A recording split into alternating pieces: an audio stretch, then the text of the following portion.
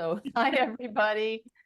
Welcome to another monthly connection. We were so encouraged last month when we heard from one of you that, as I said in the email we sent out, that she looks forward to this every month because it's her reminder of who she is. We join together and we celebrate, knowing with this group of people that we're all connected and that we are direct expressions of the same source. We are souls and we are eternal.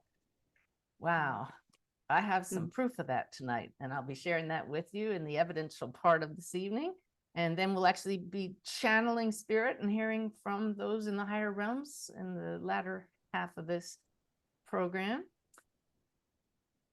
I have some stories to share with you. Looking forward to that. And I'm asking my guides to just pace me and slow me down because I get really excited about all this. But how about my team? Round of applause for the pre-game show. Thank you all, everybody. All right. You heard about, I think I heard Patty talking about the Wolf's Message tour. I have to tell you, if I'm a little scattered right now, I'll get better after we do the invocation. But it's because Ty and I drove to Savannah, Georgia today and got the handoff of the hard drive with all of the final files of Wolf's Message, the movie, on it. Yeah. So excited to come home and watch it and see the final version, and I plug it into my laptop and it didn't work. It's like nothing on the hard drive. Patty, you might want to mute yourself there. And it was one of those isn't that interesting moments, and it's because somehow it was formatted for a Mac and I only had a PC, but Spirit kept guiding me and they said go over to Irene Valide's house. I got her Mac, I borrowed it, got it back here, cast it onto the big screen, and Ty and I watched it, and oh, is it rewarding. It's just beautiful. It's going to touch a lot of lives. And so let me share my screen real quick. For those of you in the US, I can share this tour with you. I know we have a lot of you from around the world. We will be making it available online in the middle of May. But for now, here is our latest trip plan. And we start with, bring this up. Right here, if you can see my cursor, Bluffton, South Carolina is the premiere of April 9th, but you know what? We only have 3 seats left. And the theater told me, do not oversell. Of course not. There are only so many seats. But here in Central Florida, we rented a giant theater for 2 days. There is lots of room for anybody that wants to come to the in-person screening. And what that consists of is 1 hour of the film and then 1 hour with me and hopefully Mike and Beth, Pastor Carnets, hi Mike and Beth. Maybe Jim Spruill, the director, will join us there. But then we head up the East Coast here. And so just, I'm not going to go through all the locations, but spread out from here through November.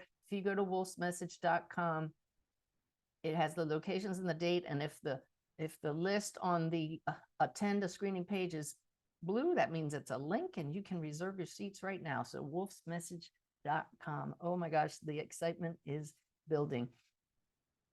I will give you a hint. I won't say which one, but we got the great and amazing news that the film has already been selected for participation in a really great film festival. So this bodes really, really well for the fact that people like it. We love it, but to hear outsiders who are film experts say that it's good enough to be in the show, that's fantastic. So let me see. Oh, big news, big news. Do you know about Gaia TV? Gaia. It's a streaming platform with all kinds of programs that those of us in this community love. Spiritual, inspirational, uplifting, consciousness-based films, shows, talk shows, interviews, all of that. But it requires a subscription like most online streaming platforms. But you can play it through your smart TV. Well, tomorrow, an interview with me done by George Norrie for his Beyond Belief show starts airing. And because it's streaming platform, it starts tomorrow, but you can watch it anytime as long as you're a member of Gaia. So Stephanie, when you send out the email, please send out the link to Gaia for anybody who's not a member. Okay. My link there. Okay.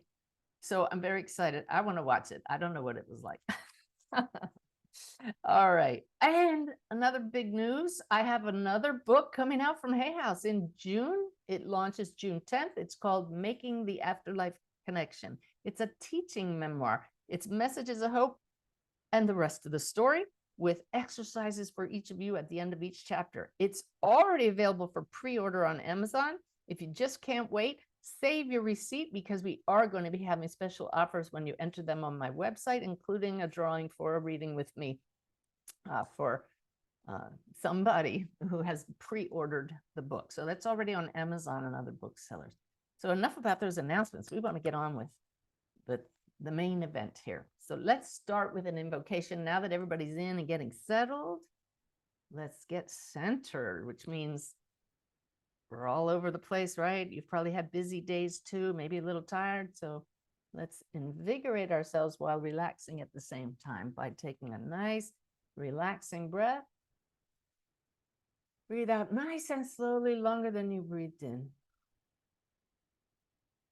Settling into this time together here, we move our heart, our awareness to our heart space, and we ask Spirit to fill us with the higher vibration of the spirit world, embodying our higher self so that we can be more present for this time together. Our intention is that we feel the companionship, feel the connection of each other, feel the energy of love, and embody more of that, that our vibrations be raised by our very presence here, whether live or in person, that we hear things that will help us advance on our soul's journey and handle life's challenges better, that we have insights that help us to go, aha, and bring us joy, that we hear evidence that helps further awaken us to the remembrance that we are eternal and our loved ones who have passed truly are moving forward with us and still right here. Seems like a lot to ask for, but it's all truth. So it's simply natural to tune in and accept these gifts. May we be open to these gifts. During the channeling session, may we receive healing and an upgrade in our energy from this higher vibration. We thank Spirit. I thank Sanaya for blending as completely with me as possible now and helping to be your voice this evening. And so it is. All right. There we go. There we go. Hooked in now. So we will get to the headline story I talked about in the 3 emails we sent out about tonight in the social media posts, saying how there was an event in the last month that really frightened Ty and me. My neighbor, Jenny, reached out. She said, I saw your email. Are you guys okay? What happened? And I said, Jenny, it's just too long to tell you about, but be my guest tonight. That's the best way to share it. I will get to that. But the fact that we learn from all of these things is because we're not only human, we can expand our awareness and get teaching from the higher realms. So I always start these sessions with evidence that the higher realms exist. And those come from the readings I've done in the past month. So they're hot off the press, so to speak. I spent a couple hours this afternoon just reviewing all of the notes that I made over the last month. That's what I do. I cobble them together as they happen all month long, and then I organize them. And then the last day, I just review them to get them fresh in my mind. And I just sat there feeling so blessed that I get to share these wondrous events with all of you, that I got to experience it in the first place. But the whole thing about my teaching is that's just because I've been doing this for a long time and it's my calling. But you can connect with higher consciousness yourself. And hearing these stories expands your belief system so that you think, oh, perhaps I can do this too. Perhaps I could tune into evidence like this too. And this is possible because we are all souls. So let me just start by sharing with you an email I got from a mom whose daughter is across the veil. I did a reading for her several years ago, about 3 years ago. And she said she wanted to just send me a quick note to talk about my sip of the divine practice, which I'll bet 90% of you know, and probably about 80% of you do it regularly, which is pretty awesome. And I usually don't do percentages like that unless Sanaya tells me. So it's kind of like Santa Claus knows what you've been up to, right? So I hope you are doing some practice like this sit in peace practice, sip of the divine, where you shut out the outer world and focus on the inner world and practice watching what arises and noticing what stands out. And she wanted to tell me, Suzanne, your sip of the divine works. Now, I've heard that from Patty Hart, and you maybe watched us in the live podcast on Sunday as we talked about how that really changed her connection with her daughter, Lauren, across the veil. But this mom says, I've committed myself to your sip of the divine every morning for the past few months. I don't always get messages during the meditation, but it has definitely opened me up to receiving messages during the day. I love that. And this is the point. It expands your consciousness. It helps you be more aware and present as you go about your day-to-day moments, so that when a loved one pops something into your awareness, because they're right here just on a different channel, that's an analogy, but it really is like that frequency-wise, you notice it. So here she was walking on the beach that day that she reached out to me with her daughter who's passed dog. She said, we walk the same beach route at least 4 times a week and have been doing so for months. But today when we were walking, your face popped up. Now there's no reason for her to think about me in that moment. And that's one of those ways that, you know, who put that thought there? Why did I just suddenly see Suzanne Giesemann's face? She doesn't talk to me regularly. This is somebody I've seen at 2 conferences and on one of my cruises, but it's been months. All of a sudden she sees my face and she hears, this is bigger than you can even imagine. I love that. I'm thinking right away, she is about the 5th person whose child across the veil has dropped in on them to talk about what? Wolf's message. It's stunning. I could share a bunch of those. I probably will at some of the screenings, but I knew immediately she was talking about the video. This is bigger than you can even imagine. She said, I immediately thought of Wolf's message. Why? When we think of something, it's because Spirit puts it in our awareness to become aware of. She said, I knew it was debuting soon. I then turned my head to the right, and this is the sign I saw. Let me share it with you. Hopefully my screen will change. This is what was on a sign along the beach. You see the wolf there? Oops, go back. I want to show you that one yet. It says wolf. She'd walk that beach day after day and never noticed it until she had a drop in from Spirit saying exactly what she shared with me. And how did that happen? Because she creates space and awareness from the daily sip of the divine. I hope that remotivates the 20% of you that Spirit says could do a little better. There's no guilt, there's no judgment. It's just a very helpful way to keep us on track and present and mindful throughout our day. So next reading I want to share with you. My client was a woman, and we were talking before I connected with her loved ones, and I knew from her telling me that she is an attorney, a lawyer. And so I tuned in, and here comes her husband in the spirit world. And I captured his personality, could tell that we had him very, very close.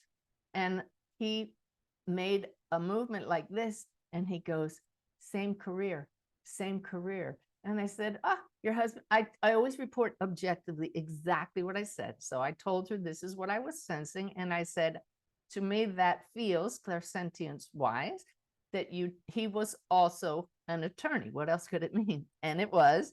And then he told me we met in college. Yes, they did. These are actual conversations with spirit people, not energy fields. Oh, yay, I got snagged. Here's the team grabbing me. This only happens when I'm teaching. It doesn't happen when I'm conversing with my husband. But Sanaya says, yes, they are energy fields, as are you. Interesting, right? So just keep in mind, we are both energy fields and people. Those in the spirit world are energy fields and still people. They just don't have a physical body anymore. So very interactive with this husband.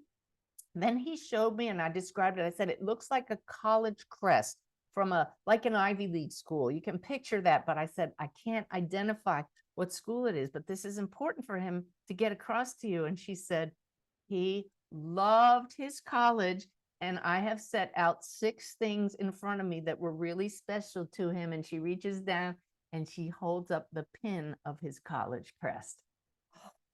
That's one of those moments where I've tried to tone down my childlike enthusiasm when we get a wow, and Spirit says, don't bother. We love it. It's high energy. Keep it up. So I get excited. I wrote that down. And so then here from my mediumship students, be aware of the left brain's tendency in a moment like that to say, well, I got one of the 6. I wonder if Spirit can give us the other 5. And I immediately just said, thank you for that. We are not going to try. If he can get it through, I'm saying this silently to Spirit. If he can get through anything else, maybe one more thing. What does she have there in front of her? And her husband, what did he show me? I don't think I wrote it down, but we got one other thing, and she reached down and she pulled it up, and I said, good enough. That's awesome. What does he want to talk about? And you see, because it wasn't all about impressing her that he knew all 6 things. The fact that he even knew 2 things was the evidence. Then he went on to give his beautiful messages of love and all the reasons that mediumship is so healing and comforting. This one was great. The reading took place on February 12th, which is why I don't remember by this time what the other object was. February 12th. And he showed me a bouquet of roses. I'm reporting this to her, and I said, clearly he loved to give you roses. I can feel it. But I said to him silently, that's pretty generic evidence with Valentine's Day just 2 days away. I said this silently. And he said back to me, back up the date. These are roses for our anniversary right around today. I reported this to her, and their anniversary was the 11th. It was just the day before. That's how you take something from generic to a gold nugget. You don't settle for generic, my mediumship students, or anybody.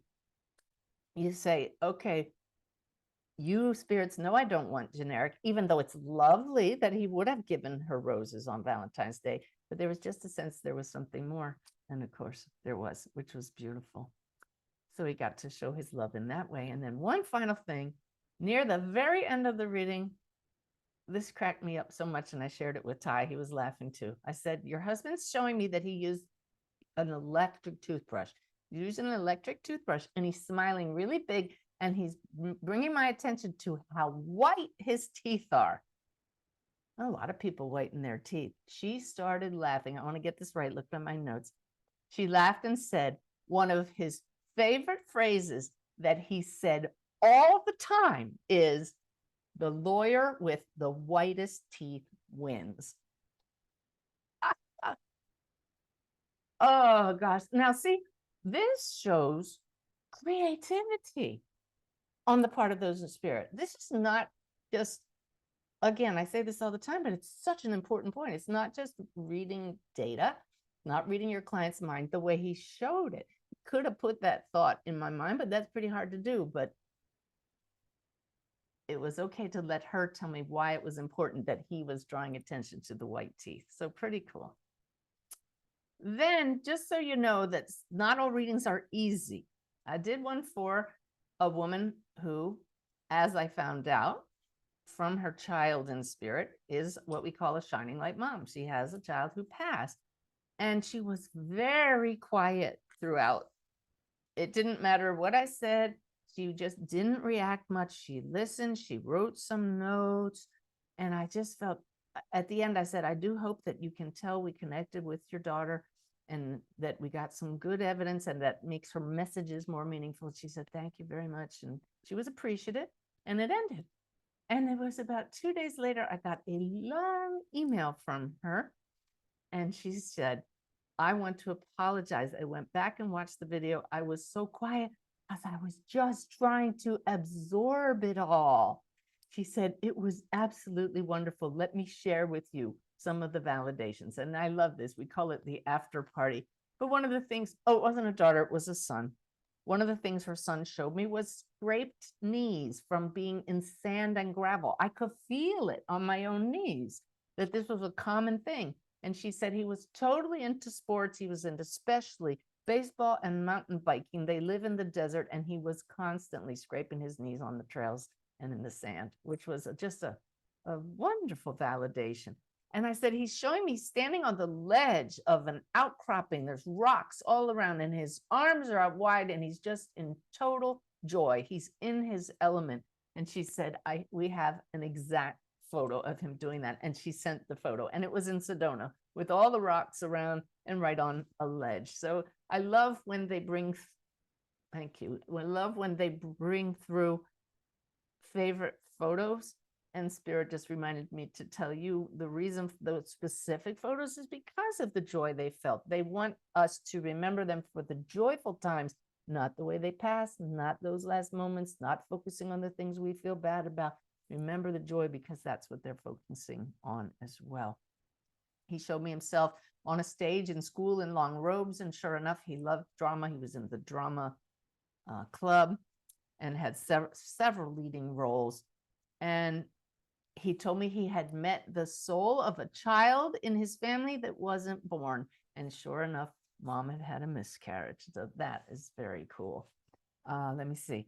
And then he told me he had a sister and showed that he was lifting her up with lots of love, told me all about his sister's personality. And mom said he absolutely nailed it. That's how his sister is. And as we wrapped up the reading, I silently said to him, looked at him and said, okay, give me something really awesome to end this with. And I said, he just put in my hand, because that's a technique we can do, put something meaningful in my hand.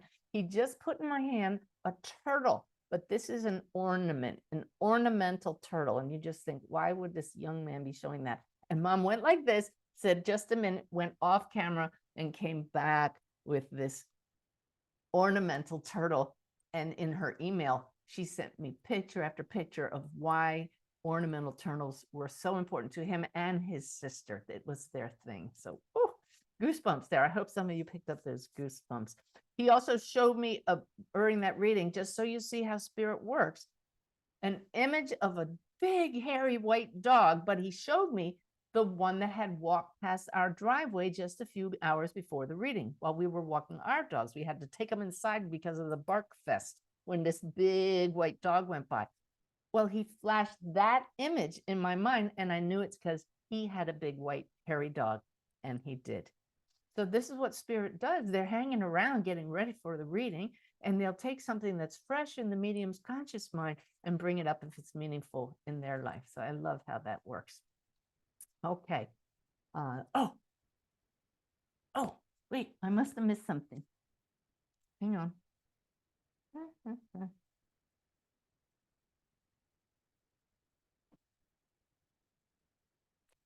I think there's a non sequitur here, meaning it doesn't follow. There's something missing, but I can tell you one of the coolest, funniest moments was when the son said, my grandmother, my client's mom, is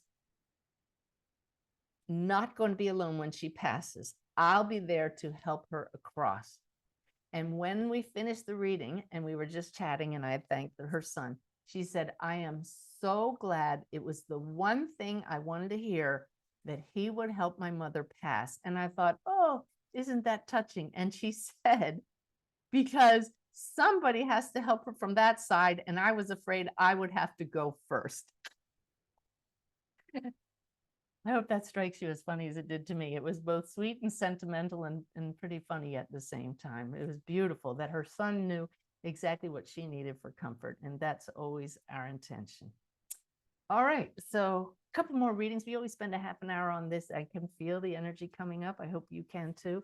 Just this remembrance that your soul already has, that we really are connected, and that these connections are this casual, this natural, this funny, this helpful, and healing. So I was surprised when I opened my Zoom room. All I saw on my calendar entry that Patty made when she did the schedule was my client's first name. I didn't know who she was. She came on camera and it was, oh, it's you. It was somebody that I know well. She and her partner had babysat our dogs in our RV for us once when we were in their area and wanted to go for a camping trip. So I knew her only as another medium colleague of mine's partner. So, and we'd talked, and when she babysat the dogs, and we'd seen each other at several events, but I really didn't know her personal life. But I thought, oh, wow, you're my client. This will be interesting, especially because I know your partner, who is a very good medium, is going to watch this whole video.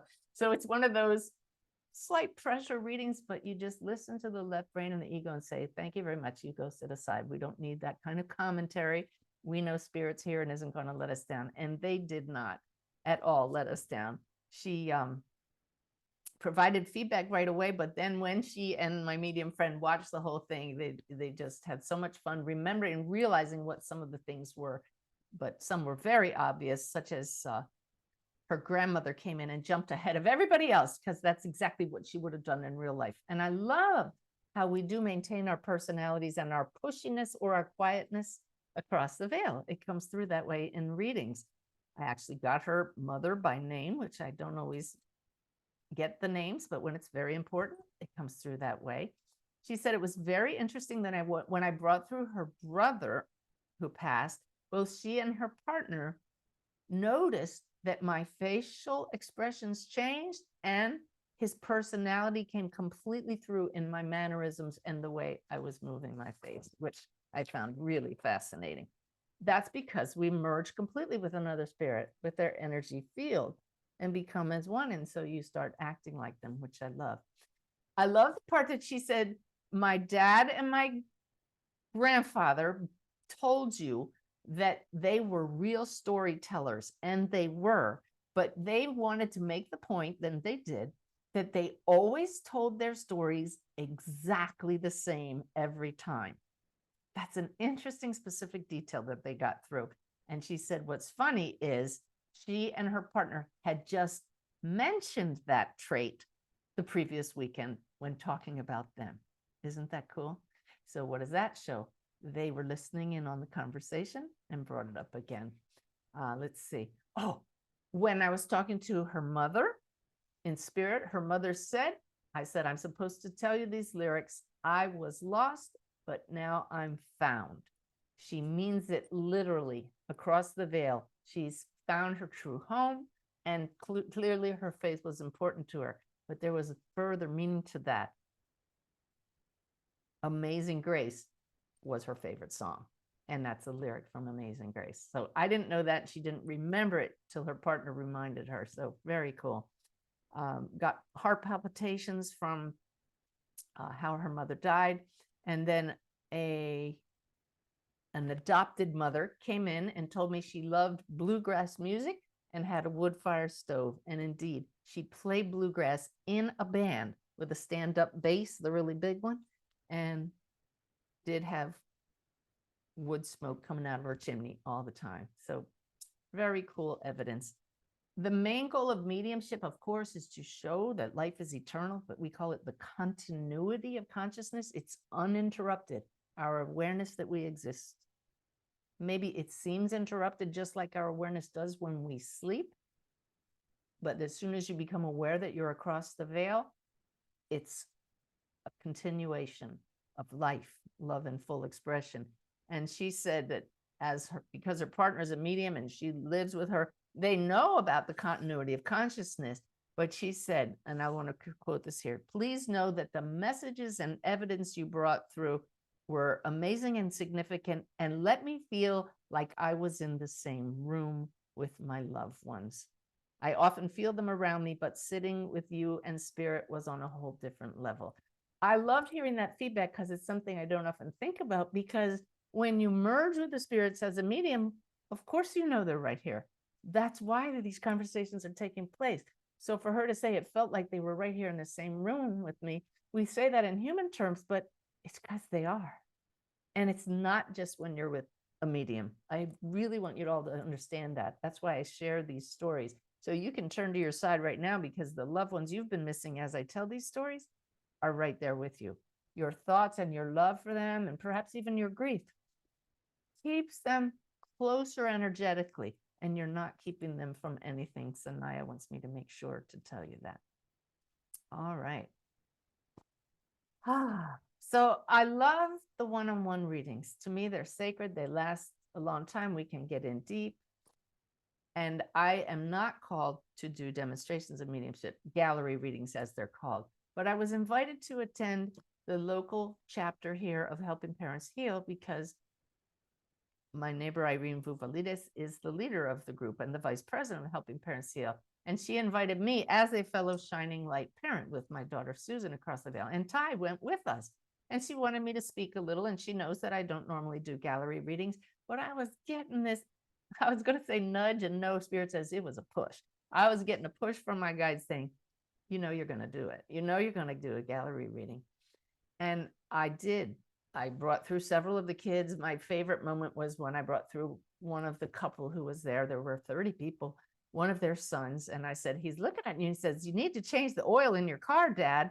And he threw back his head and he rolled his eyes and he said he had some problem with the engine because he hadn't changed the oil and the car was in the shop at that time. I mean, it's just perfect.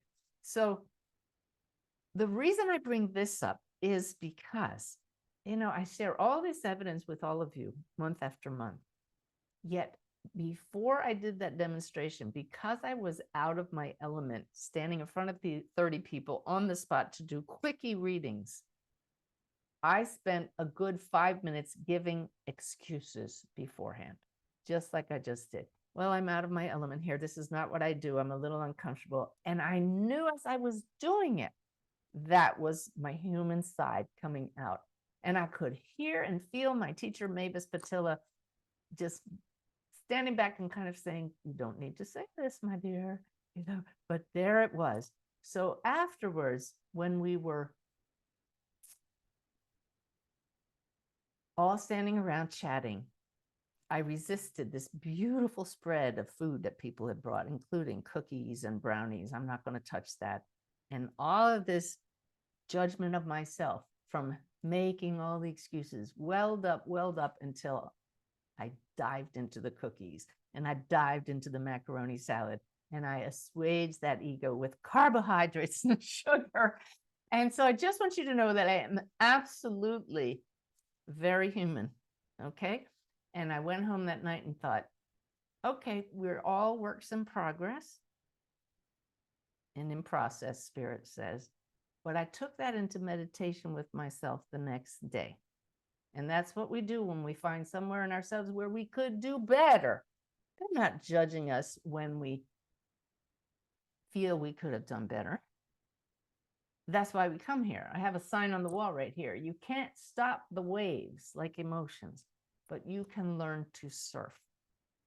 And my guide said today, really, it's you come here to learn to be master surfers, but you're still going to get swamped by waves every once in a while.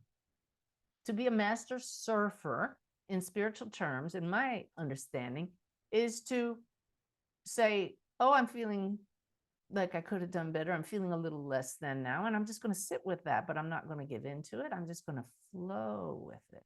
And I didn't flow. I let it get me. I let it swamp me.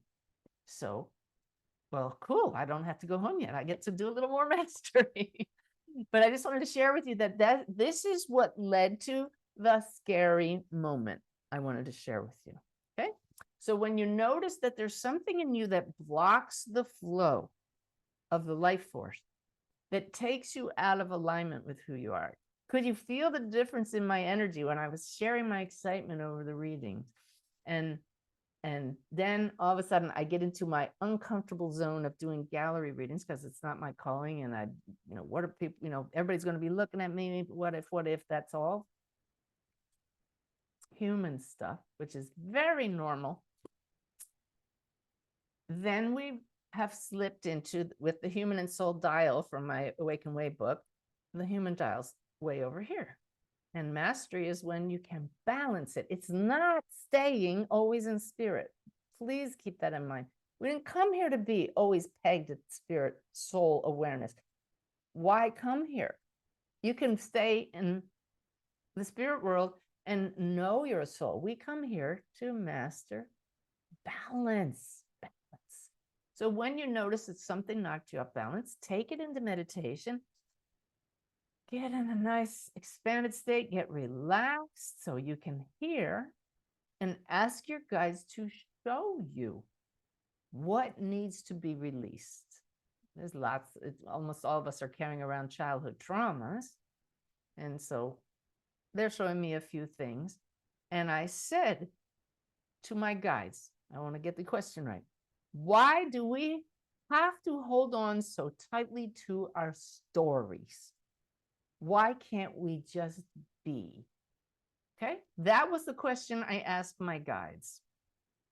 And I'm not sure that I got an answer right then.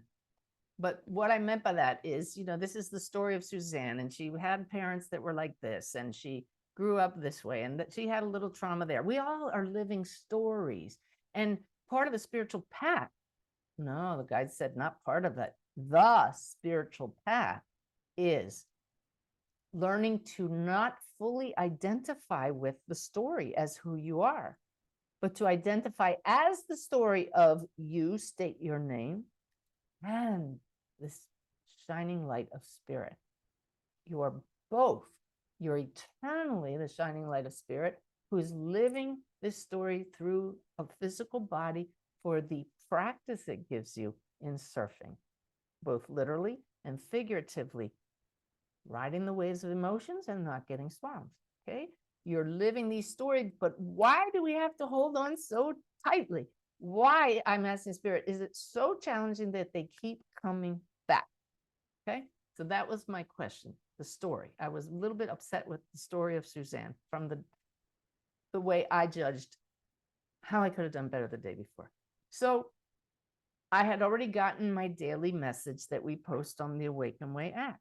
And I went downstairs per my daily custom, sat on the couch while Ty started making breakfast. He's right across the big room at the stove making breakfast while I'm transferring the daily message that I typed as I got it on my iPad. I'm transferring it into the app online.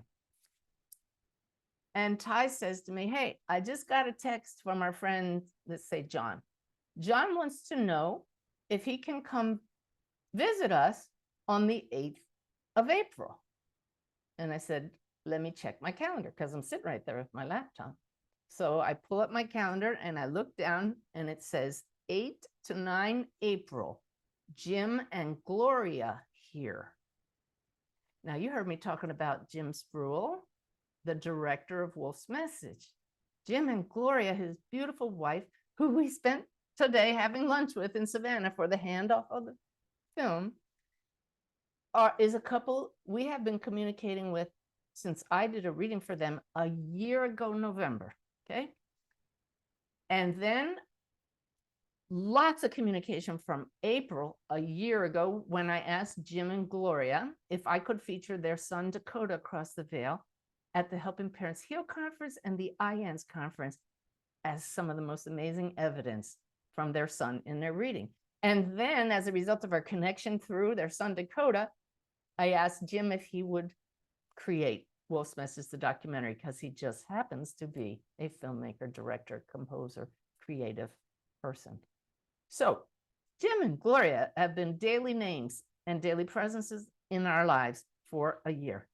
So Ty says, John wants to know if he can come April 8th. Well, Jim and Gloria are going to be staying at our house April 8th overnight because they're going to be here for the grand premiere of Wolf's Message April 9th. We know about this. We're excited about this, right? And they're coming here. It's going to be great. So I look at my calendar and I looked at Ty and I said, who are Jim and Gloria? And he looked at me just like this. And I said, why is this on my calendar? Do I know them? And now he looked at me like this. And he said, Suzanne, Jim Spruill. And now I want you to realize, okay, I'm over 60 now. Everybody starts joking about senior moments, right? I was talking about this in the car with Ty today. A senior moment is when, can't remember that person's name, but I sure picture him, right? Or I can't remember that phone number, but I know it belongs to so-and-so. In this moment, it was, I've never heard these names before. I don't know why they're on my calendar. And he looked at me and he said, Jim Spruill. And there was this brief recollection. He said, and his eyes are really big. He said, the Wolf's Message director? And I said, okay, his wife is Gloria? No, there's nothing there. He said, are you all right? And I said, I'm supposed to know this, right? I wrote a book called the real Alzheimer's. I have no expertise in Alzheimer's. Nobody in my family had it, but a neighbor who was going through it asked me to write it. I interviewed 20 couples who were caregivers for Alzheimer's patients. Every one of them could remember when things started going awry with a family member. There was always this suspicion that something was going wrong, but every one of them remembered this one moment where they went, whoa, that's not right. And they weren't ready to say the person had dementia, but when they finally were diagnosed, they all remembered that moment. And now suddenly Jim and Gloria are coming back to me. And I thought, did I just have that moment? But I had nothing leading up to it, nothing. And he looked at me and he said, that was kind of scary. I said, that was really scary. I need to talk to my guides and Annie Bond, my energy healer. And I immediately called Annie. I said, I need you to check me out. Am I losing my mind? Do I have dementia? Is it stress? Is it that I have too much going on? Or is it something else? I'm going into meditation. And I went back into meditation. And the guides said, you wanted to know why you have a story. So we took away one of your most important stories about someone who is telling a story for you. And did you see how you could not function? Do not disdain the story. It is what carries you forward and gives you a narrative. And then Annie texts me. She says, you don't have dementia. They say you got zapped. Holy moly. I prayed to my guides, may my lessons be as painless as possible. And it was pretty painless. It was frightening in the moment, but I can see my staff here, my team members, and I didn't share all of that with them. And every one of them had their jaw like this. So I know it wasn't just me. And Spirit just said, we chose you and that story for a reason, for the lesson. You asked to be shown. It's so much more meaningful when you have a personal experience that gets your attention. And it was temporary. And they said, all pain is temporary. Wow. But how appropriate when I asked, why do we cling to our stories? Jim Spruill, in his biography, if you look at Wolf's Message, he says in his biography on the wolfsmessage.com website, I have his director's statement and a bio. He is principally a storyteller. We have to have our stories. So what in your story would you like to set aside? How about if we honor every moment of our stories and know that they're necessary to propel us forward in learning to surf? I've had moments where you can't remember somebody's name. And I've had moments where the other day, because I'm juggling so much, I found my hair dryer in the wrong drawer. I put it back in the wrong drawer. That happens when you're trying to do too many things at once. This was a wiping clean of the slate, but one little part of the narrative. So I know we always have psychologists, psychiatrists, doctors in my community, and you may reach out and say, Suzanne, you're doing too much. And I'm sure I am. But I know from the fact that I got it from Spirit and the relevance, the timing, the direct answer of my question, and Annie Bond, who has beautiful ability to tune into energy, we both got the same answer for all of us to learn from that. What do you think about that? Whew. So we're not done yet. That very afternoon, by the way, I got over it right away. And we were telling Jim and Gloria about this in person today. Jim, whose wife is Gloria, meeting with them today. We were telling them about it at lunch today, and that I would be talking about it tonight. And Ty looked at me and he said, I honestly thought you were having a stroke. He didn't express that to me at the time, but no wonder he was scared. So that very afternoon, I had a pretty big interview scheduled with a woman named Amanda Walsh. She hosts a podcast called Astrology Hub. Any of you who are into astrology have probably heard about her because she's like a really big go-to in the astrology world. And it was a big deal that she was stepping outside astrology to talk to me about mediumship and introduce her community to all of these truths about the great reality, and yet one other way that we can expand our soul's awareness. So in that interview, she asked this question, and I went back to the transcript, got the transcript of it to get it right. She said, why is our awareness in this reality? Why are we aware and cognizant of this particular lifetime? What is the significance of it? And I looked at her and I said, you have no idea how timely this is, but let me get the answer from my guides. I've never asked it to them, of them exactly like that. And I want to read through what we got together, my guides and I, in that interview that's not online yet. It will be soon. They said, you, all of us, are awareness itself. This next bit that I'm sharing with you is in the book I'm writing now for next year, that's coming out next year by Hay House. And it's really deep, but it really is at the crux of who we really are. We are awareness itself. That's a synonym for consciousness itself, spirit, source, awareness, not a thing, a state of being that is eternal, that never dies. You are awareness itself. And awareness focuses awareness with intention. And awareness with the big A made the choice to experience life as you and me and everybody. Awareness says, I'm going to experience life, love in full expression, through being an energy field that we call a person. And I'm going to focus it in that person in such a way that they can enjoy being that person and have a story and live it out and make choices that go along with the story, right? So this was a key point that most people don't want to hear. This awareness with a big A is holding the focus as you and as me. We don't control it. But that's really pretty obvious, isn't it? Because as long as awareness is holding its focus as you and me, it's breathing us. I say all the time, you are being breathed by God, by source. Try to stop breathing.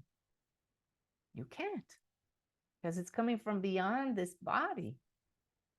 And when awareness says, all right, we've achieved enough mastery at surfing, or we have fulfilled enough of the experiences we wanted to have, awareness withdraws awareness from the physical body and it returns to dust.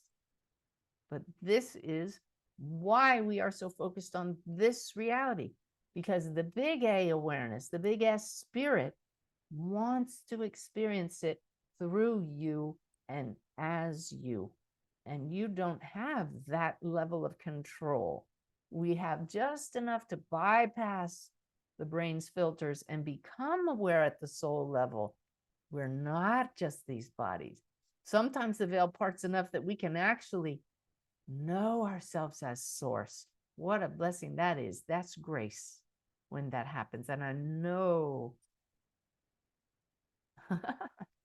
Sanaya says 56% of those tuned in right now have touched that space enough to have had what you call a spiritually transformative experience and know this is truth, that you are big A awareness, telling the story of you. And this is what leads us to understand that when we live a surrendered life and flow, we're not saying we're weak, we're not saying we're powerless. We're saying, I know that there is a larger mind, more expanded mind than mine, that can make better choices than I do. And when I get out of this restricted idea that I am just this little story, Then I no longer stand before audiences and make excuses. And I know that when I have a craving for every brownie on that table, this will pass if I just flow with this instead of getting stuck in the story.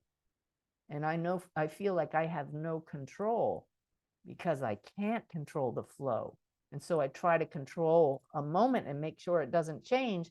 And that's where the tension comes up. So this is part of the surfing. It's this dance of realizing I can't control the flow of life. I came here to experience life as these stories. And the fact that we are being breathed shows we are connected to this source. It is a benevolent source. It wants the best for us. It provides opportunities that are temporary. They're not all pleasant. They're not all joyful in the moment because it knows it's ultimately okay. Awareness knows it doesn't ultimately die. It came here for the experience. It came here for all of it. And when we try to shut down what we call bad moments or less than positive moments, we're not flowing anymore. So I hope that my lesson in being zapped temporarily, and I haven't had it since, and I've been even more busy since that happened, juggling a lot of big stuff right now. It hasn't happened since. So thank you for your concern. I know we'll get a few emails saying, Suzanne, but thank you. I know it was to share this with all of you. They're saying, do pay attention when you have those moments, because some people do need to pay attention, but spirits always got your back. You cannot be separated from source. That's the bottom line. It is a collaborative experience, this life in your body. Learning to channel Sanaya is when I realize I'm not making this up, and yet they use my story to speak through me. So there is going to be an element of the Suzanne story every time I channel, just like any channel does. Just like in the reading, Spirit used my story of seeing a dog walk by to get through another story's memory of having the same white dog. This is the web. This is the flowing. It's a dance. Yeah.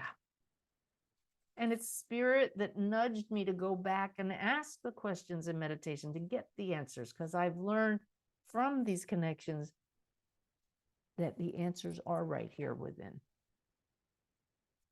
All right.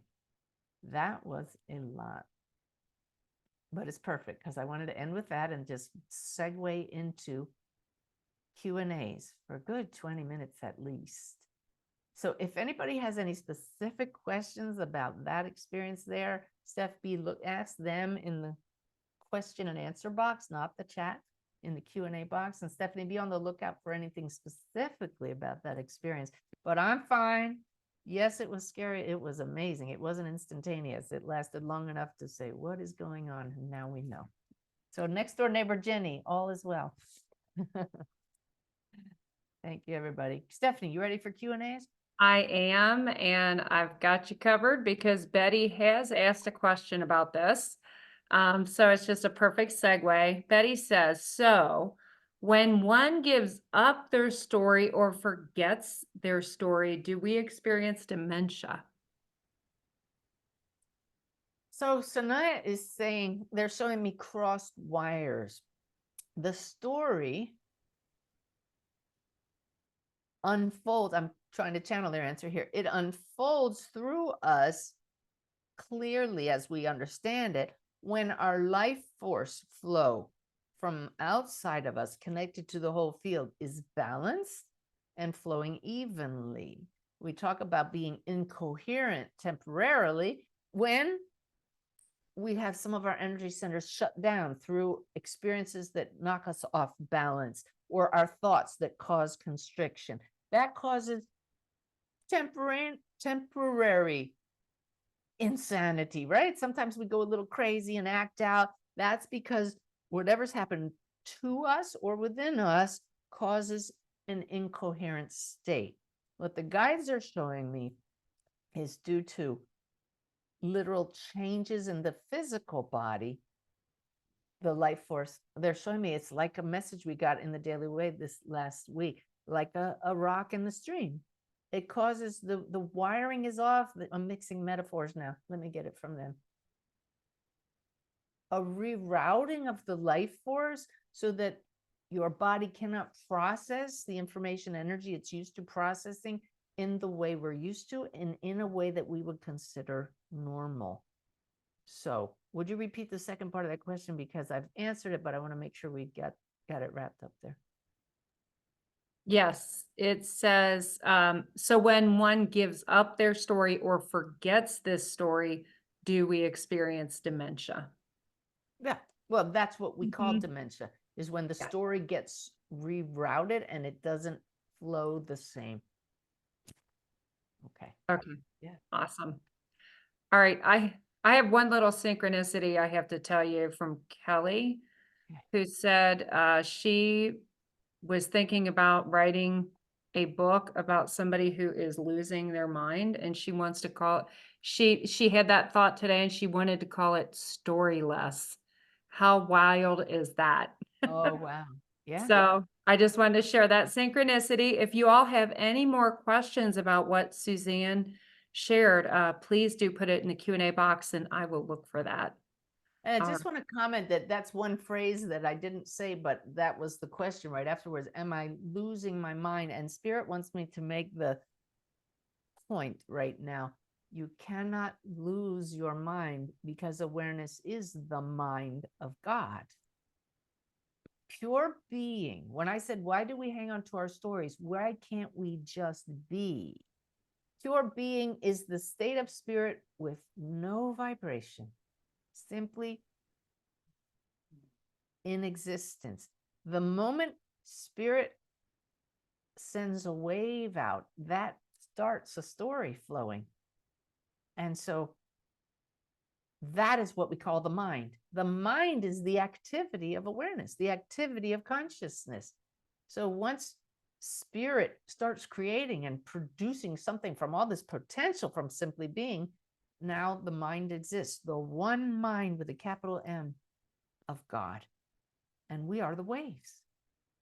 So you can't technically lose your mind. Of course, I know what it means to lose our mind in human terms, but just know that even if you're living with someone who has dementia, their soul is perfectly fine. I have heard this over and over from those across the veil. And I've talked to some who are still in their body and have dementia, and I connect with them in a reading. And they just want their loved ones to know, talk to my soul, because my soul's aware and is fine. Awesome. Okay, another about story. This is from Scarlett. You talked about being disconnected from our story. Can we be distracted by our stories? Oh, that's why we have to learn to surf. We're constantly distracted by our stories. We get caught up in the story. We think we are our stories. We get caught in the drama. And this is why the number one question that I get in interviews these days is people want to know, how do we deal with the chaos in the world right now? There has never been a time in the world when we don't have chaos. Certainly, there's a lot of political chaos going on now, but there's always chaos of some sort. And knowing that it's always here, when we can live, as I said, surrendered to the flow. It's not surrendering to the flow. That's an action. There's nothing to do, but be surrendered to the flow. Now we can say, all right, I'm going to be aware. I'm going to observe the drama and make a choice. Do I get caught up in it, or do I say, this too shall pass? Is there something I can do to make things better? If not, I'm not going to let it swamp me. Okay. All right.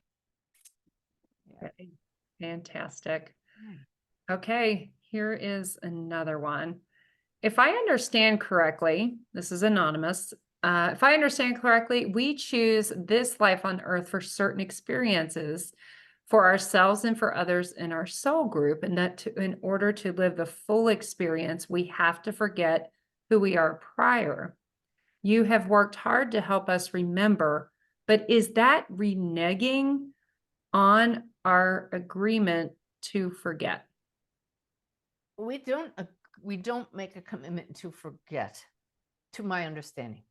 we realize and acknowledge that we are going to get caught up in the story and will most likely forget. That's what happens. You don't have to forget. Some people have never forgotten. What is it we're forgetting? That I am source, the big A awareness, living through this body. That's what we forget. But you come in as a baby and you know you're connected to each other. And then you start believing I'm a child, I'm a boy, I'm a girl, I'm a toddler, I have parents, and the story starts. Now you get memories, then you get a little trauma, then you have joyous things, and you cling to the joyous things and you push away the traumatic things, and now you're totally sucked into the story. So you know as a soul when you come in here that that's the typical pattern of being in a body, and this brain doesn't help because it's programmed to keep us focused on the story. So we don't choose it. It is a byproduct of being here. And so, as I said before, and I want to say it again, the spiritual path is about not identifying as much with the story, but shifting your identity to both a human in a story and a soul who came here to experience through the story, honoring the story. But once awakening means I realize I'm here to shine. And it doesn't mean the path suddenly gets perfect. We'll talk about perfection next month. Yeah. Sounds good. Okay, this one is for Deborah. Is mental illness, bipolar, or other neurodivergencies like autism and schizophrenia a rerouting of spirit that complicates things, or are these conditions something else? I'm not at all an expert in this, and I can ask the guides for this, but it's beautiful that the documentary Wolf's Message touches on three themes: the afterlife, taking away our fear of death by knowing there is an afterlife. But the third theme is what really is mental illness. Wolf was the most powerful soul I had brought through at the point when I did the reading for Mike and Beth, who was in physical form. By the way, Mike and Beth, I'll get you the copy of the film as soon as I can, right? We're having trouble with the file. I know they haven't seen it yet, so the final version, we'll get it to you. But as we bring out in the documentary, he was diagnosed schizophrenic. When he told me that in the reading and his parents confirmed he was diagnosed that way, he didn't say he had it. He was diagnosed because of certain behaviors. I asked him, I said, what's up? You're so powerful. I'm stuttering and shaking from your beautiful energy. And you were the pure expression of love to those who knew you. And he said to me, it was very busy in here. I was in two worlds at once, and I couldn't shut it off. And his dad said, you'll hear the actual recording of that reading on in the film. His dad said he always said that it was very busy in here, and we have a picture in the film and on the website willsmessage.com of him doing exactly that. So what this film shows us is that who's to say that what we label mental illness is an opening of the filters in the brain so that certain people are picking up on frequencies that are here that most people don't perceive. And that can get pretty chaotic. Imagine if you suddenly were aware of all the cell phone conversations that you know are in the ether right here, right now, and all the TV channels. And if you've been watching or listening to the telepathy tape recordings, you'll understand how autistic children and adults are now showing us that they are picking up on telepathic conversations. They are tuning into much more than we can, the way our brains are wired. So I don't know that it's a rerouting of the life force. No, the guide said it is an influx to the point that does not allow certain people to operate at a level that you call normal. In the book Wolf's Message, or in my presentation Heart Gifts, I tell the story about a woman who asked the sleeping prophet Edgar Cayce, Mr. Cayce, am I mentally ill? And he said, Madam, everyone is slightly mentally ill to someone else.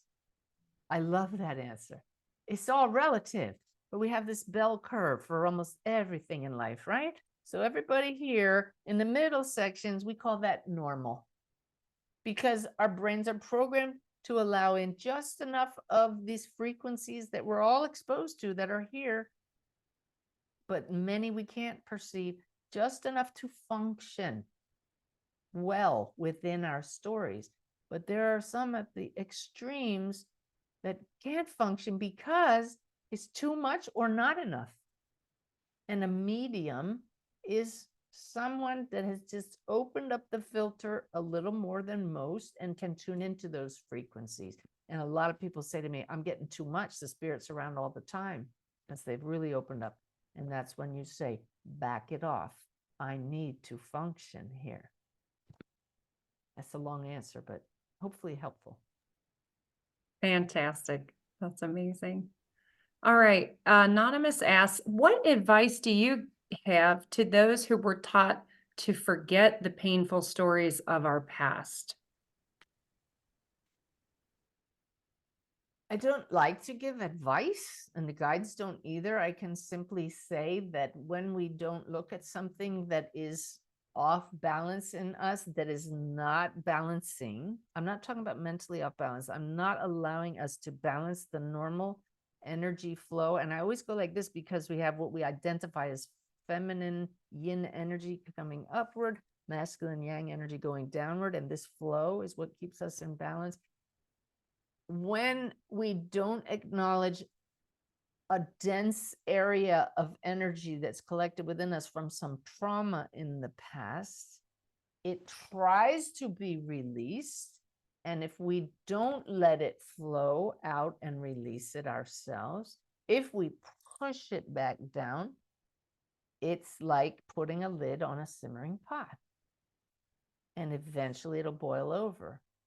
And you know when you have something like that in you, a dense area where, like a stone in a stream, where the energy is not flowing well because it's going around that dense energy, when you know you have some of that, when something triggers you regularly. I go back in the archives of these monthly connections. I used to be massively triggered just by a look on my husband's face, and it came from the look on my mother's face, and I didn't realize it. And I wasn't allowed to express anything less than positive emotions. And here he is expressing less than positive emotions, and I was triggered. So I'm so grateful that I'm way better now. I'm not perfect yet, and we may never get there, but this is why it behooves us to notice what triggers us. I believe, I don't know if I'll get to it or not tonight, a little review of one of my methods that helps us clear that out. It's called the no fault method to clear triggers. It's in the book, The Awakened Way, and it's fantastic for releasing, for taking the lid off to safely allow us to let those things out. I will tell you that when I first met Brenda Baker, who was my mediumship guide for a long time, my dear friend across the veil now, Spirit had me channel a message for her. Very unusual to do that. Just spontaneously, I'm supposed to give you a message. And I put it on a tape recorder. And I didn't know her at the time. And they showed me that she had been shoving down her own self-loathing and disdain from family members for years. And it was eating away at her personal power. And they said that she had issues and would have issues in that very center of her, the gut. And in fact, she had had 3 bouts of cancer right there. And I didn't know that. So dense flow of energy in you ultimately can, if not released, lead to dis-ease, which is disease, can actually lead to a physical block. I'll be showing you, I don't know when I get to it. I have to show this to you. I'll be showing you in just a minute a picture of that I shared in a couple of months ago of the reading I did for a woman, and this light from Archangel Michael came down and went right over her breast. And he showed me that she had a tumor there. And it came out in the reading, a lack of nurturing and love, which the breast is a wonderful symbol of that, from a mother's love nurturing the child by breastfeeding. And it was exactly correct. She had a breast tumor there. So many times you can look and say where an illness in the body is the result of underlying lack of flow, constriction in the life force from thoughts that are repeated over and over. And guides want me to make very clear, but not always. Do not blame yourself for a tumor or an illness somewhere. There are multiple reasons, but that is a major one, which is why it's great to watch our thoughts, notice when we're triggered, use an energy healer that you trust to clear that out. Clear your own energy with multiple practices for releasing them. We focus on them a lot in these webinars, but that's not advice. That's just sharing why you would want to clear that out. Okay. All right. Brief change of topic here. This is from Mario. I've observed that the majority of mediums and communicators seem to be women. Do men need to approach these gifts differently in order to connect with those gifts? It's not differently at all. It's simply a matter of balancing left hemisphere activities and right hemisphere activities of the brain. And it's unusual for people who were in a very left brain career, like I was in the military, to be mediums, because we're so analytical. I don't like to use the word logical, because it doesn't mean that somebody who's right brain is illogical, but we analyze things a lot, very detail oriented, very factual. And so that is a propensity of many men, and men are taught to suppress their emotions. So they're not as attuned to and in tune with their emotions. So it does require a great degree of sensitivity and turning within and activating the flow state of the right hemisphere to do mediumship. And guides say, because of the way we are programmed, women are more right brain than men in general. That's the reason. Okay. Interesting. Let me take a pause here for a second, because I don't want to forget this. I promise that I'm going to share with you that picture of Archangel Michael. Let's see. Do you see that full screen, the wolf thing, Steph? Yeah. Yeah. Now let me see if I can get the screen to change though. Nope, it's stuck. Oh my gosh. It's not doing anything. Screen sharing, stop. Give me just a sec, guys. Hopefully we'll get this going here. Oh, I don't want to show that one. Let's go up here. Give me a second. I'm trying to get, there it is. Check this out. This on the right side of your screen was the light of Archangel Michael coming down across my client right over her breast, showing me where she needed healing and was getting it. This was submitted by a member of the community, sent me this email saying she gets pictures like this all the time, and she can tell by the color who it is. And she had identified that same blue, ethereal blue that you can see here as Archangel Michael, and it's coming down over her angel statue here. This was just one of several she sent me, and I just loved it. But she reached out because she found it very validating that in the reading, I heard and sensed Archangel Michael, who I really, I know it's him when he comes in. I don't know the other archangels, but I have interacted enough with him with evidence that I trust it. And she loved to hear that it was the same blue with him. Isn't that a cool picture? Yeah. Okay, so that's my angel picture from tonight. How about a few more questions and we'll move on? Okay, that is very cool.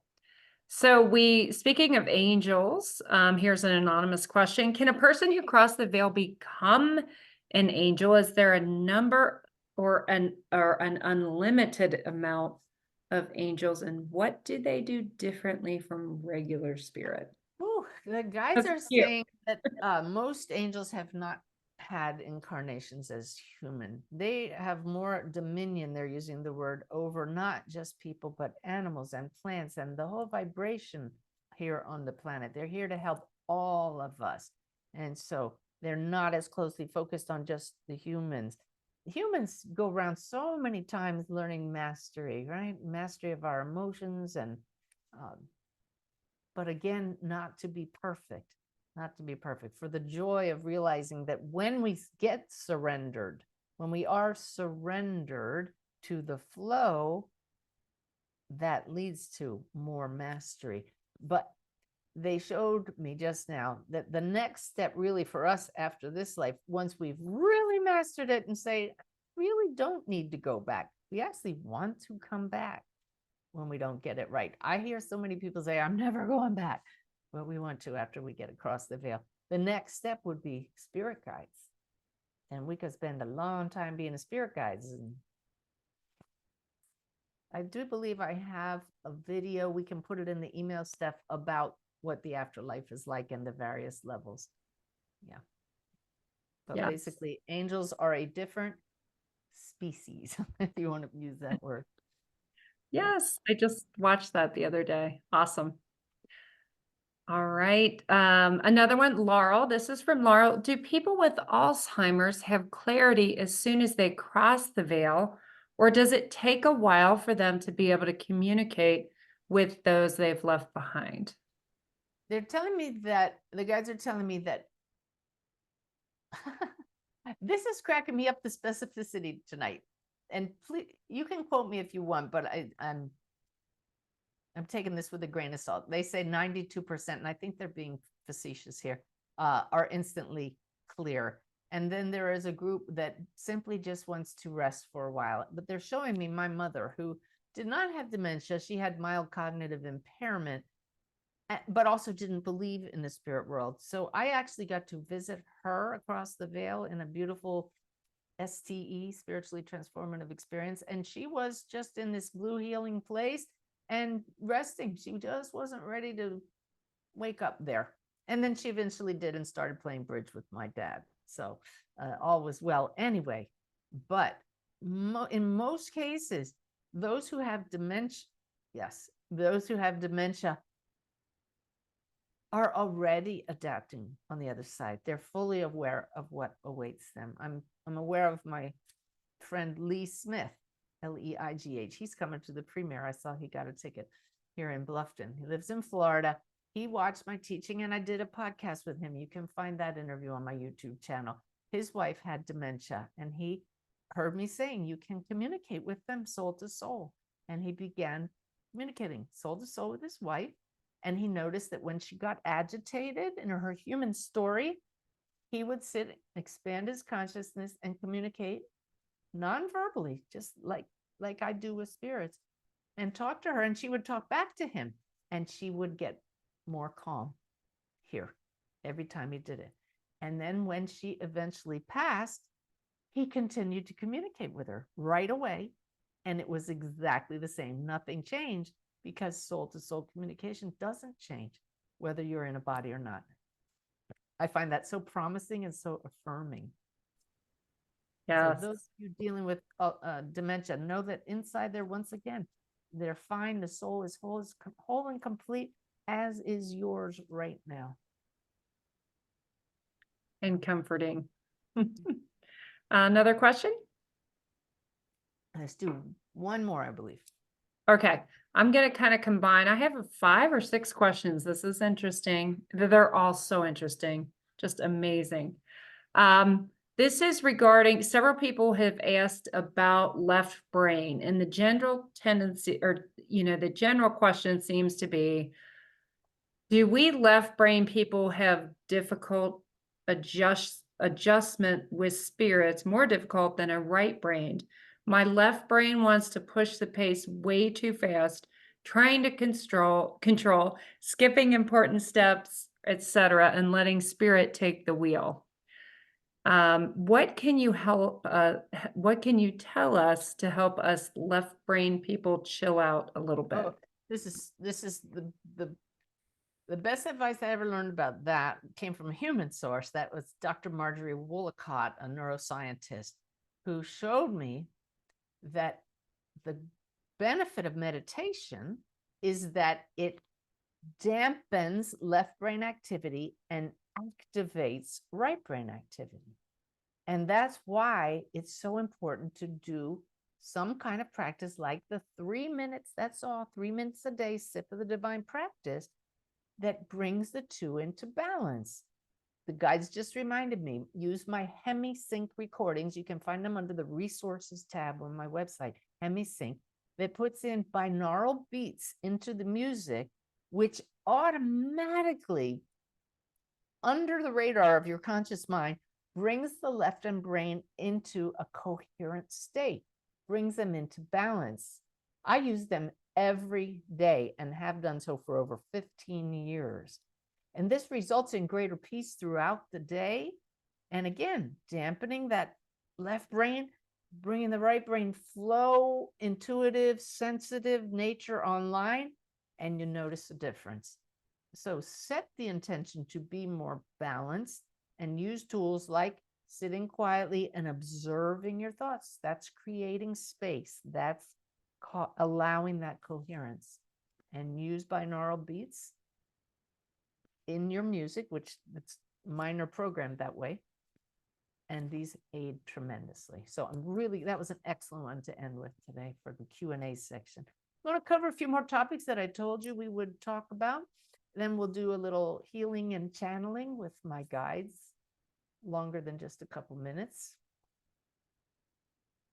Yep, they're ready. I have no idea what they're going to talk about. Ah, okay, good. They just gave me a hint. All right. So meanwhile, I said we would just give you a few little nuggets that hopefully will give you some ahas, like, oh, I never thought about that. But I love these little things that help us to see things in a different way. You may have heard me talk about Sophie Burnham. She's the one who gave Ty and me the very first reading we had, and she brought through Suzanne. She is the author of a book of angels. She started the angel craze in the 90s when all of a sudden everybody started getting angel statues and started believing more in them because this New York Times bestselling author said they're real, and they are. So Sophie Burnham and I have known each other since 2007, and I've actually done a couple of readings for her. I reached out to her recently to get her permission to use her name in my new book, Making the Afterlife Connection. And she said, well, while I'm giving you permission for that, would you mind reviewing and endorsing my new book? I was thrilled to hear that she has a new book. She's 86 years old, and her book is called The Wonder and Happiness of Being Old. I loved this book. Maybe I wouldn't have loved it in my 40s, but in my 60s, it was so affirming to me that getting old can be wonderful and happy. Not all the way, but she tells it like it is. It's available for pre-order now, The Wonder and Happiness of Being Old. It is so filled with aha moments. I mean, she even talks about sex in the 80s and romance in the 80s. It's just, she tells it all. It's just a wonderful, wonderful book. And she's riding horses in her 80s. And it's great. But here are the two ahas that I had to write down when I read it. She was talking to someone, and the quote was, "Why didn't my mother comfort me when I was angry?" I read that and I said, comfort you when you were angry? My mother yelled at me when I was angry. My mother gave me the look when I was angry. It never occurred to me to comfort someone. And she wrote, we're all seeking love. And my big aha was, when we're expressing anger, we're a little off balance. We've gotten drawn into the story. There's nothing wrong with being angry, but it's a cry for comfort. It's a cry for a feeling of safety. It's a cry for being appreciated and heard. It's also a cry that's outraged that this is wrong. We see things in our world that we get angry about, but that's because what's missing? The light. The light of divine love is never missing, but we feel it's missing. Something I heard, don't remember where I heard it, that's very telling is that a lot of people don't want to feel their sadness. And so it comes out as anger. Think about that. How about somebody around you that gets angry a lot? Could there be some grief they haven't dealt with? So when she says, why didn't my mother comfort me when I was angry? All of a sudden I thought, wow, my mom got angry a lot. And I talk about in my book, the new one coming up, Making the Afterlife Connection. When I actually did a reading for my mom, I learned that her mother and father, who I didn't know my grandmother, never said, I love you, never showed her love. I never realized that. So no wonder she acted out with anger a lot. And we weren't allowed to feel that way. There was a lot of suppressed, unsafe, unloved feeling of that. So just a nugget there from that book that gets you thinking, okay, maybe that helps you, but how can you help somebody who's angry? Please don't tell them they shouldn't feel that way. We're here to learn to feel it all, but what if you give them love when they're angry? What if you say, I can see that's really affecting you. I love you so much. You know, wow, I can see you have a strong opinion about that. I love you so much. I would like you to take that away from this evening and see certain situations where people around you might be angry, and how could you not condone behavior that might be harmful to others or toxic to others, but perhaps see what's underneath it all and bring in what's missing, which is the love. Thank you, Sophie, for that one. The other nugget I got from her book is what she wishes she said to her grandmother when her grandmother talked about her fear of dying. She wishes she had said, I love this, thank you for being alive for me. You will never die. You will always be alive in my heart. A lot of people are afraid of dying because they don't want to be forgotten and they don't want to cause their loved ones here to suffer.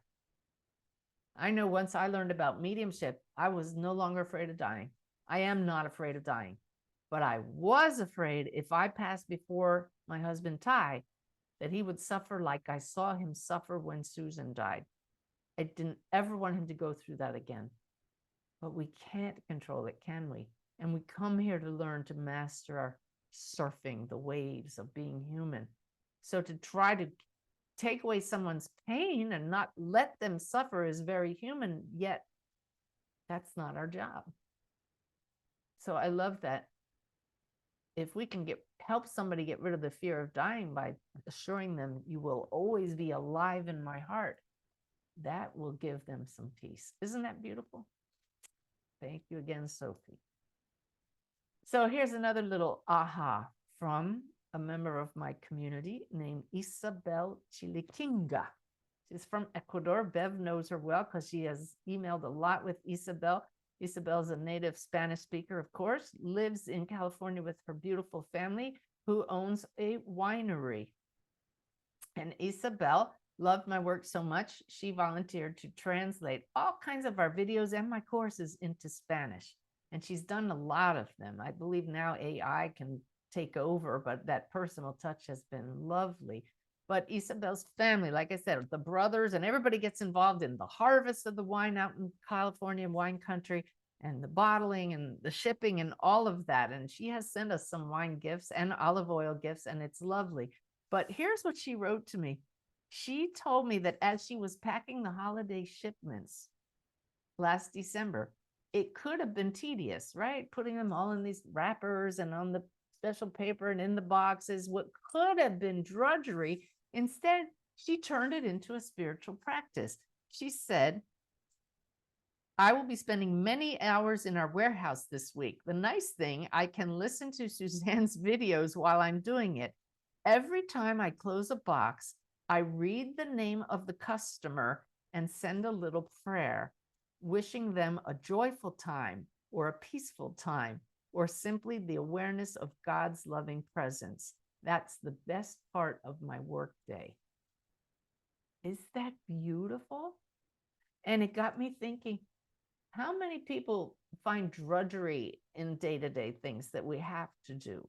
But what if what we're doing, we could bless somebody else? You know, the common thing is you got to, become enlightened, but you still have to carry out the garbage, right? So what if as you're putting the trash can out at the curb, you send a prayer to the person who's going to pick it up? That is felt. It's real. Our thoughts truly do reach the other person. The people with autism show us that. They pick up on the thoughts. So we can turn everything that to us is a drudgery or tedious task into an opportunity to shine our lights. I just love that. I'm going to share with you a few other little things that I have slides for. Sanaya hasn't told me it's time to channel yet, so we'll just keep going with this. Other than today when I couldn't get the film to play because it wasn't formatted right, that was only the second bump I had in the entire process of turning the book Wolf's Message into a documentary. It flowed so smoothly that I know we're being guided the whole way by Wolf and many others across the veil. They want it to be, as that one mom said, bigger than we can even imagine. So there was this one moment where I really hit a bump and I was knocked off balance most of the day. I cleared my chakras. I tried to get back in balance, but I went to bed thinking, is this part of the project going right? Is everything going to be okay? And I heard, use your app. Well, I hope most of you know about the Awaken Way app on the phone. We have this Inspire button where you can press the button and ask a question of spirit, and it will bring up one of 6,000 messages in there from spirit. And it is stunning how they speak directly to the questions we ask. Sometimes by the date they're published, sometimes by the title, sometimes by the word or the overall message. But please don't just push the button from your normal human state of consciousness. Do it reverently, with mindfulness. So I, in my off-balance state, picked up the phone. It was right before bed. And I got centered like we did at the beginning of this evening, took a nice relaxing breath, and I said, are we on track with this project? Does this little bump mean anything at all? I would like an appropriate answer. And that came from the heart, connected and asking spirit, not just pushing a button. Then I push the Inspire button. It's in the menu on Ask Spirit for Guidance, ask for guidance. I need to pull up a picture of what came back. Here, I'm going to have to put my glasses on for this one. Okay, here's Archangel Michael, but here is the one that came back. Oh boy, buckle your seatbelts. I got to move this off of here. Into the heart is the title. Look at the top line. Get out of the head and into the heart. That phrase is in the movie because it is part of the message that Wolf came back to tell us. We're out of balance. We need to get out of the head and into the heart. And look at the bottom line. This is the key to freedom. Peace and tranquility flow like water in this awareness. That is Wolf's final poem. My question was all about, are we on track with the documentary? And of 6,000 messages, I get one with the direct line from his teaching and his final poem. He prayed for peace and tranquility to flow, and Wolf's message was all about balance and freedom. I have to tell you all, I was instantly free of any doubt and slept better than I had in weeks. So learning to trust spirit is a beautiful journey. Just trust. Trust the flow. And did you ever notice what flow is backwards? Yeah, wolf. So let me see. I need to come out of this a second and see what the next one is. Oh, so speaking of trusting, went to lunch with Mike and Beth, Wolf's dad and stepmom. And Beth has been battling leukemia for a year and a half now. And it was just beautiful that she was able to join us for lunch. And we wanted the server to take a picture of the moment. I've shared this with some of you, but I have it right beside me sitting here because it was so amazing. They took our picture. And when I looked at it in my phone to make sure it came out all right, I said, what's that big blob on me? Let me come back up here. And I'm going to share it with you now because it became very clear what it was. It's a buffalo. This is me, and you can see Beth beside me. The guys are across the table. Look at the outline of this, and I found a buffalo online. You can see the nose. You can see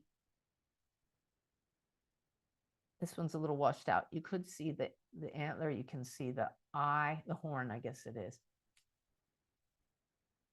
When we looked up what white buffalo as a spirit totem stands for, it was very, very affirming.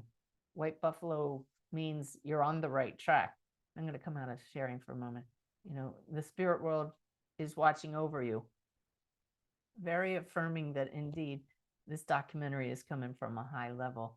But I've seen some photos with orbs on them, but to have a buffalo superimposed was pretty cool. So that, just in case it's getting a little heavy, I have one for you that's actually kind of funny. I put it on Facebook for a while and I took it down because it seemed almost awkward. But then I had a a further validation from spirit that we're always connected to everything. Did any of you see when I posted the picture of the carrots I found in my refrigerator? I'm going to show you. It looks like a woman crossing her legs. A position some of us get in sometimes when we have to go to the bathroom, if we're going to be honest about it. Hang on. Okay, let me show you. Oh, please don't do this. Give me a second, everybody. Here it comes. All right. I'm sharing it because of the synchronicity that came next. Here are the carrots that I found. Look at this. Don't they look like two legs? So I put it on Facebook and I took it down because everybody said it was kind of a rude picture. But then I opened this book that I was guided to by my guides. Pick up that book and read it next. Look at the picture I found. It's the same position, the same morning as I found the carrots. And you see these swirly spirals here? Look at them next to each other. Look at the knife that's lying there. It has the spirals and the carrots. This seems a little silly, and I admit that it is silly, but I share it with you because the more you acknowledge the synchronicities and the things that pop up next to each other, I call it connecting the dots, the more you'll notice the bigger thing, like when your loved one's trying to talk to you and drop in on you while you're walking the dog on the beach and that sort of thing. So I hope you enjoyed a little bit of levity there with the carrots, but I've been waiting a while to share that with all of you for just the right moment. All right, that's good. Sanaya says now it's time to do some channeling. They like humor. It raises the vibration, and we got a little heavy with some of the stuff here this evening. So I know Mike and Beth are tuning in. She's had her second bone marrow transplant and is now going through 6 more weeks of chemo. Boy, some of our team members aren't here this evening because Christy's going through some issues with her family members. I'll bet you there's not a one of you that doesn't have somebody you know that needs healing, including yourself. So we have found that when we focus our intentions, that through us, the big A awareness will flow and healing energy will go through us and out to all those who need it. We receive healing ourselves. Take the focus off yourself, be in service to others, and healing takes place. So I'm holding the intention that those we mentioned this evening will receive our healing energy from the highest source. We don't do it. We're the conduits. Our intention helps it. But also anybody in your circle who needs healing. Let's spend a few moments harnessing this right now, 640 of us, 640 live. And this energy will remain with the recording. You can come back and harness it. You can listen to the channeling session again, and it will have the same effect. Those of you not listening live will be part of this. So please do the practice with us as you listen later. All right. While we're all sending energy, I'm asking Sanaya to step in, setting my notes and glasses aside, and merge with me more completely. I felt them up here. You've seen them snag me several times, but I'm inviting them to step in while we're doing the healing, merge with me. They're here. I'll get out of the way and let them talk about whatever it is they have in store for all of us this evening. And then I'll come back in and we'll continue on. All right. So, oh, yes. As you're sending the healing, please also just send lots of love my way to help me channel even higher. Okay. That really helps charge my batteries, as we say. All right. So, with the intention that healing flow through us and to those that need it, let's begin that, please.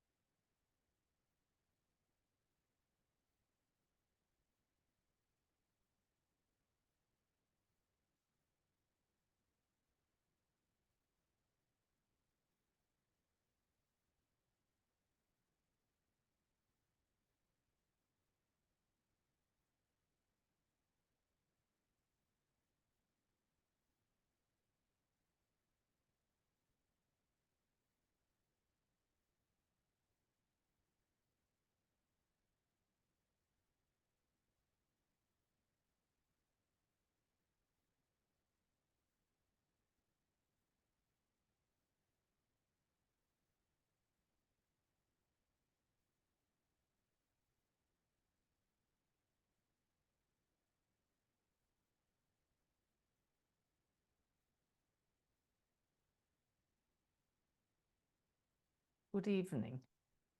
Yes, we have been present here all evening with all of you, and it is quite a pleasure for us to see so many of you who have gathered here for your souls have urged you to be part of this energy field, which does carry a higher vibration for the benefit of all, not just for you, but for us. There is naught but wholeness, and what goes around does come around.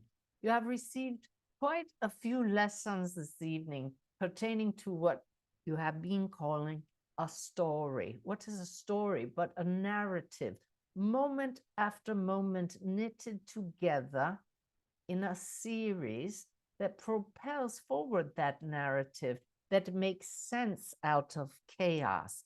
If you did not remember the moments in between, it would be like flipping through channels on a television and picking up snippets here and snippets there that would make no sense. And you do know some who you say speak nonsense. That is called mental illness.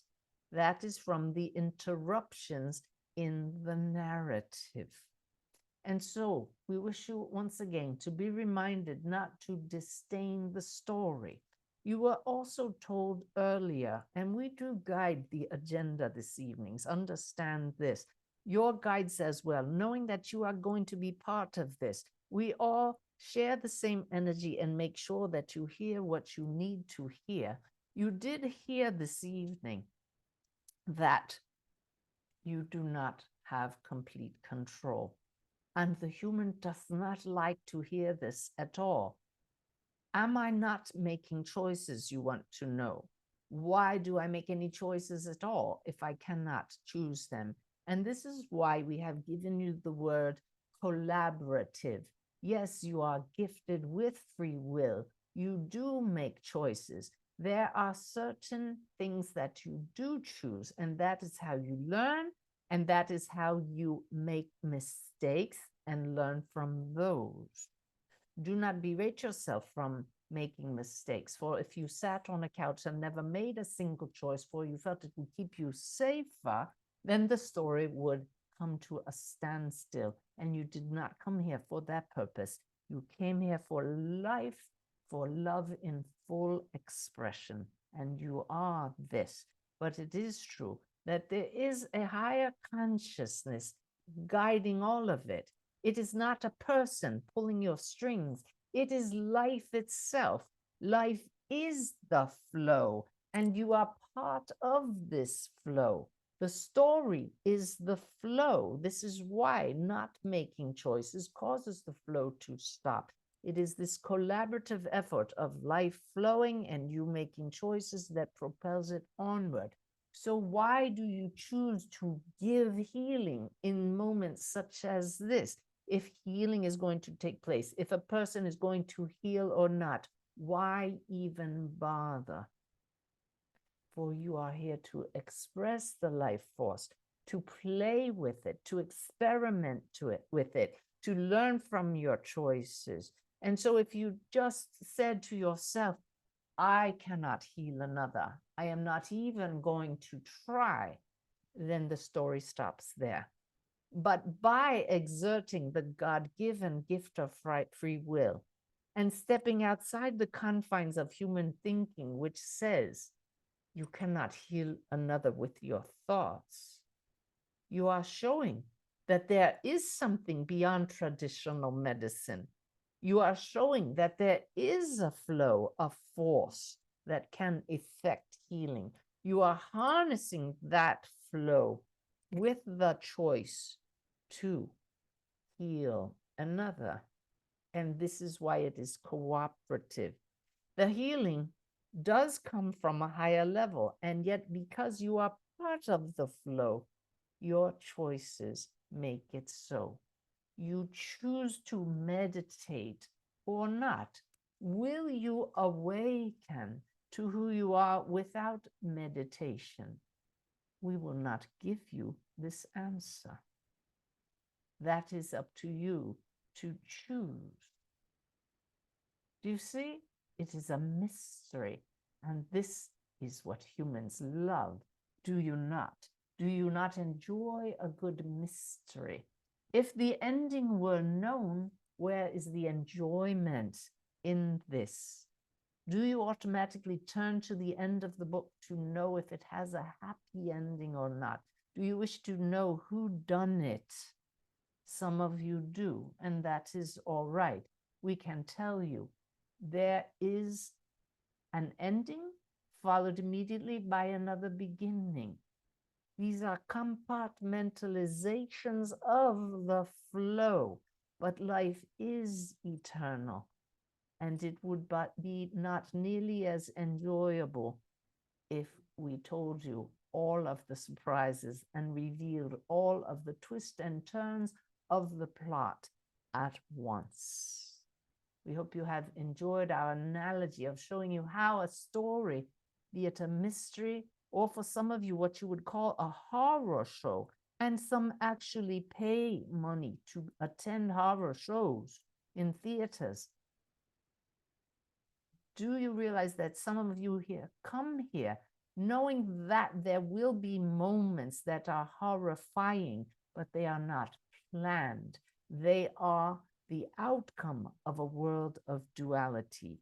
And so you come for both the horror shows, the comedy, the mystery, and the drama, knowing at the soul level that at any point you can step out of the theater and take a break from all of it. You will still hear inside the theater the chaos and the commotion. And having stepped out for a bit, you say, ah, yes, that break felt good. I will step back in now for more of that drama, chaos, comedy, mystery, whatever is flowing at the moment. And you take that awareness back with you into the theater until once again you become so caught up in the drama that you are literally shaking, that you are getting truth shivers or goosebumps, that you are laughing hilariously, that you are feeling the self-same emotions as if you were experiencing it. And this is what the soul came here knowing it would experience once it embodied in a body that reacts to allegedly external events with the flow of emotions. Do not allow yourself to get so drawn into the drama that the human body's emotions cause you to forget until you leave this theater and the body stays behind. No.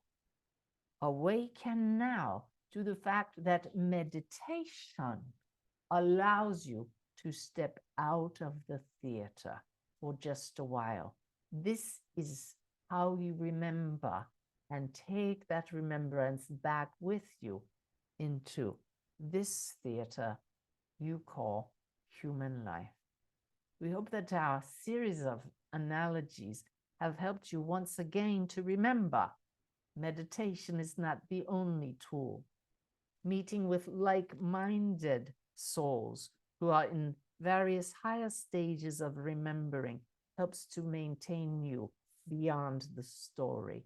Mindfulness throughout the day, moments when you pause, shift your focus to, as the book states, being consciously connected and divinely guided will help you step beyond the chaos and the drama. We hope we have answered this most important question at this time. How do we deal with the chaos? Now you know. There will always be mysteries. You did sign up for this, but the soul knows, dear ones, all is well.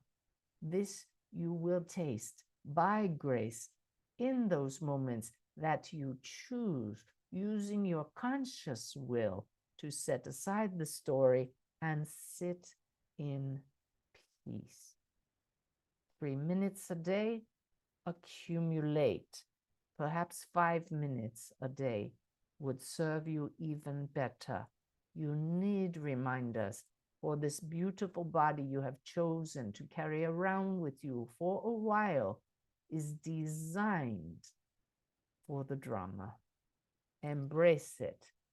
Do not let it get trapped. It will flow as long as you notice it and let it flow. Should we carry on more, we would begin to repeat ourselves. You have received much wisdom this evening, but all of it lies resident within you and accessible at all times. It is not that any one of you, not this channeler nor us, are any more wise than you are. Simply greater access to the wisdom that is here, always for the taking. And you gain this access by sitting in peace. You are already peace. You are already joy. It can be no other way, for you are big A awareness, expressing itself as the story of you, beautiful soul. We thank you so very much for this time to speak directly with all of you. Your guides speak indirectly to you at all times.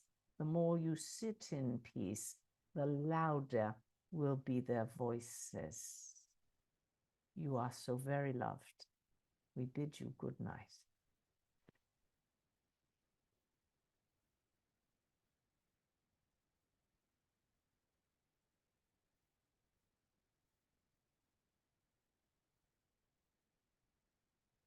Oh, wow, that was cool. Neat. When I asked them earlier, what are you going to talk about? They said, the story. I've never heard them go on like that about mysteries and horror shows and such. I'm listening. I'm listening as they're talking. It's a very collaborative state, they said, is the word they wanted me to use. Wow. I think that's divine timing, isn't it? I hope you enjoyed that. I'm looking at my notes to make sure I covered everything we said we would cover. Yeah, there's always a little left that I carry over to the next month. Yeah. Oh, they said we are complete. So yes. Anything else? No? Good. Oh, okay. They said to remind us that when that healing energy is flowing through you, thank you so much for that. Right now, you can picture that like a faucet. Here's the spigot, right? And now just in your mind's eye, turn off the flow. It's going to still flow through you, or you would not remain in the body. You are still here for a reason. So the flow will continue, but everybody got what they needed. Spirits got this, but you won't be drained. In fact, hopefully you feel a bit invigorated. I hope nobody has trouble sleeping tonight. If you do, you can just slowly bring in your energy centers, sedate the chakras one by one. Because right now, hopefully you just feel the glow. They always remind us you received a transmission of their energy during that session. So hopefully we're all ascending to the next level together. Thank you so much for joining all of us. I thank my wonderful team of assistants and Jayesh, who was not here. Let's see. I think you saw just about everybody else. Christy's not with us this evening, but couldn't do it without them and all of you. So grateful for being part of this community. Thank you so much. Hope to see you next month and at maybe some of our tour events and in-person events. But meanwhile, go spread around the love. All right. That's why we're here. And I love you all so much. Good night.